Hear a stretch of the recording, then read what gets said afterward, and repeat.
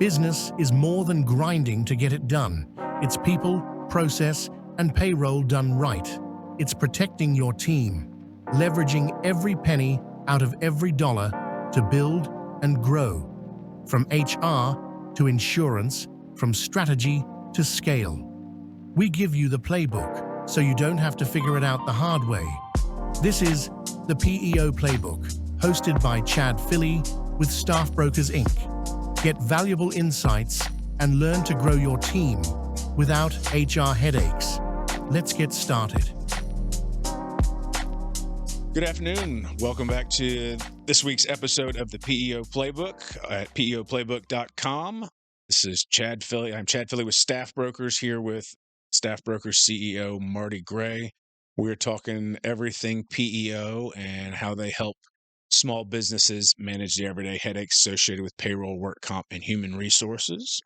Today, we're going to zoom in a little bit more on what some people refer to as the alphabet soup, or the acronyms of, the acronyms of employment. There's a whole bunch of different rules and laws out there that businesses need to comply with, and a PEO is a huge part of being the answer to that for business owners that got into business, but didn't really get into business to be told all the different things they find out after the fact, all the different things that they do have to do. You want to kick it off, or you want any particular one? Having done this for so many years, there's so many of these acronyms, Family Leave Act, and I just have always got to the point where being in the PEO industry, I need to know less about that and more about how I get the answer. And the answer is always the same. My PEO partner has all of this covered, right? So, yes, we need to be sensitive to the needs of others, and we need to be sensitive to the laws that are out there, and all of these laws, whether it's, how much you can work somebody, how young you could work somebody, how much time somebody's allowed to have off for some type of family event, whether it's a death in the family or the birth of a new child. So I don't keep all of that in the back of my head. I don't know a business owner who does. But again, every single time this question comes up, you have a partner ready to help so that you can literally know the answer. Yes, you're allowed to have X number of days off, and you're legally required to be able to have those days. You have other people in reality, men who will be like, "Hey, I'm just going to take off when she calls and she's in labor," and then you have other guys that are taking an entire week off now, and that's okay. We want to be sensitive to everybody's needs, but what is the legality of it? Our HR departments are there to help, and they're just a quick email away. They're a quick phone call away. If there's any documentation that's associated with the payroll, allowing a certain amount of time off, or they are getting credit for their time off because you have policies that are set up that way. Yeah, I don't let the acronyms scare me, and especially, we utilize a PEO ourselves, and it's just nice to know that the other thing that's also guaranteed is these things are going to change. Yeah, they change all the time. So if I learned something today, by the time I end up having to reuse it a year from now for my own personal use, I check with my HR department because it has changed. So, yeah, there's a lot of different, ADA, American Disabilities Act. That's a big one that comes up. What is a disability? Everybody has a different viewpoint of what is considered a disability. Some people view almost nothing as a disability. They look at it as, well, you can overcome anything if you want. Sure, that's one way to look at it, but there is a law that defines what disability is and how it relates to a workplace. And then a whole other set of rules as to how do you need to accommodate somebody that may qualify. And it can get that particular one can get pretty tricky because it's something you have to comply with without blatantly indicating or say outing the person's disability as Well, like a public knowledge thing. You can't go, hey, right. And so and so has XYZ problem and this is why we're doing it. So there's a lot that goes into it and how to figure out how to manage it and set it up.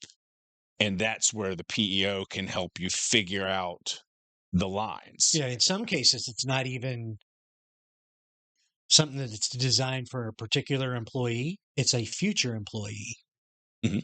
I mean, you can't be one of these guys that says, "Well, I'm not going to hire you because you have a disability, and Yeah, you I, can't do I that. don't have the workplace set up for you." I mean, you can't do that. So you don't necessarily have to have a disabled person in your workplace. It's set up for the potential, the future workplace, the future employee needs to be accessible. Right. And that PEO partner is going to be there to help you also on that when, you have, let's say you have somebody and they're in a car accident and they come out of it with a disability and they're, still going to work for you, but now you need to make some accommodations for them. Is that they can only stand for, they can only stand for X amount of time or whatever it may be. There comes the other side of it is what is considered reasonable accommodation. Right.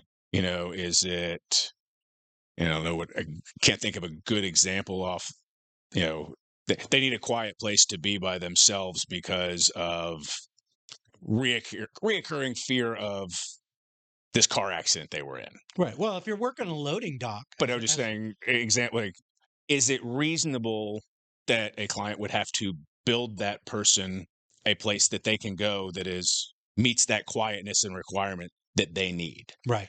And how do you determine what's reasonable based on this? And PEOs are, they've seen it enough times that they're there to help with figuring out, is that a reasonable request? Is it an unreasonable request? And how do you navigate that so Right. that you don't, because inevitably, do it right, do it wrong.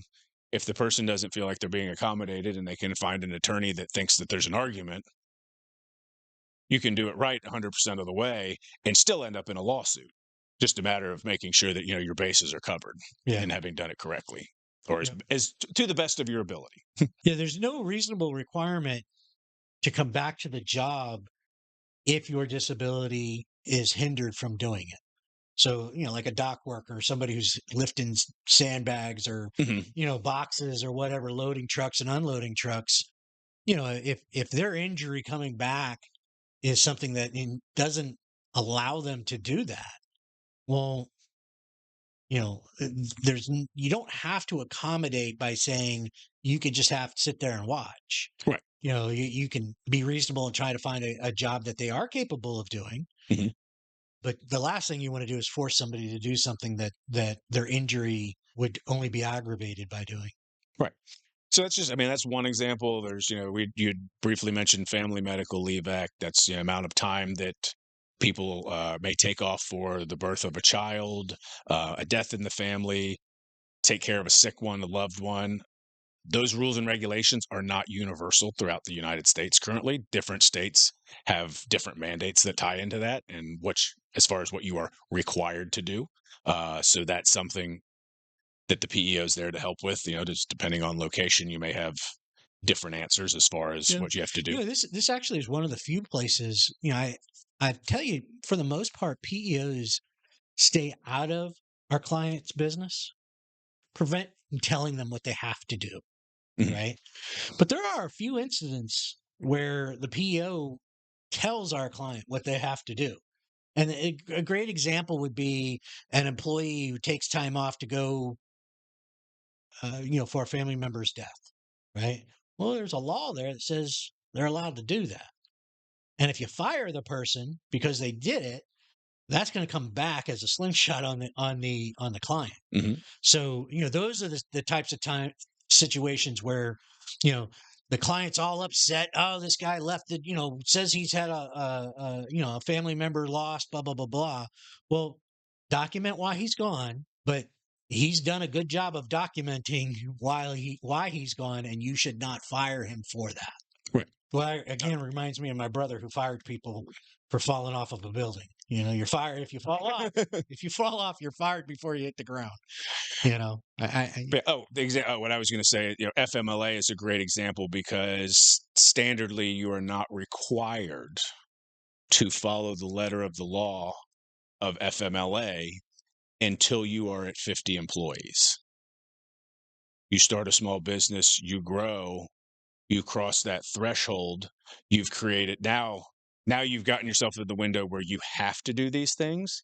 However, there's a ton of things within the Family Medical Leave Act rules and regulations that you may be viewed as a much more gracious and hospitable employer if you're following some of those things. Or if you're not by law, maybe you're not by law required to give somebody 12 weeks off for the birth of a child. But if you do and you can replace them, what does that say to your workforce? You have a value for family. Right. That's going to matter to a lot of people versus now be back next week. There's a whole lot of different things that you can give off just in how you approach these rules, regulations, and recommendations, whether you're violating the law or not, that are going to heavily impact your business and the types of people you want to come work for you and that kind of thing as well. Right. So that's one there. Also, another one we touched on, child labor laws. It is summer. Kids are out of school. Lots of people trying to put kids to work. It's a very simple thing for the PEO. There is some slight variances in child labor laws state to state. They're all fairly close universally, I believe, if I recall correctly, but there is some variance in them. So having the PEO partner to be like, hey, what age can I hire somebody at? Okay, well, what industry are you in? What type of hours are they going to work? There's some different regulations as far as what you need to offer, how often kids need a break. Right. Are they in school? Are they out of school? Those are all things that are going to impact what they're doing. There's certain job requirements and job duties that they're just flat out not going to be allowed to do by law, Yeah. which is, and it doesn't, again, it doesn't matter if they agree to it. If they're like, okay, like I think, like running, you want to hire somebody to do lawn care in the summer. I'm pretty sure you can't put a 14-year-old on, a zero turn. It's got blades running on it, falls off, something happens. It's, at this point deemed too risky by the state type of thing. So you can't do it. The kid may have been mowing the yard at the house for the last 6 years on a zero turn and may be completely capable. Right. But Right. if and when that something happens in a work environment on somebody else's property and everything, there's just so many other things that spin off out of it that it's not something that's recommended. Right. Type of thing. You got any more on any particular? I mean, there's Affordable Care Act that gets into whole health insurance compliance, Right. protection of, HIPAA, health insurance portability, keeping everything together.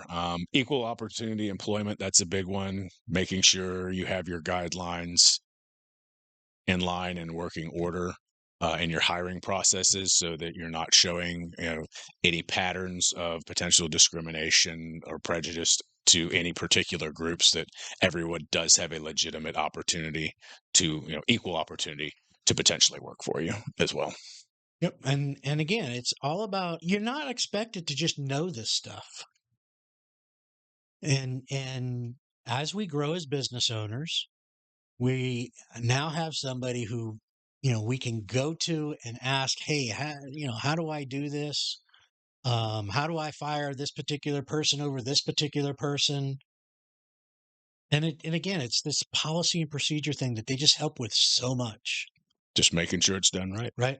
Yep. Right. And it's to protect them, protect you as a business owner, Yeah, because it only takes, I mean, in that case, talking about firing people, it only takes firing one person incorrectly the wrong way. And if it's the wrong person that you fired and they want to make your life miserable over it, Right.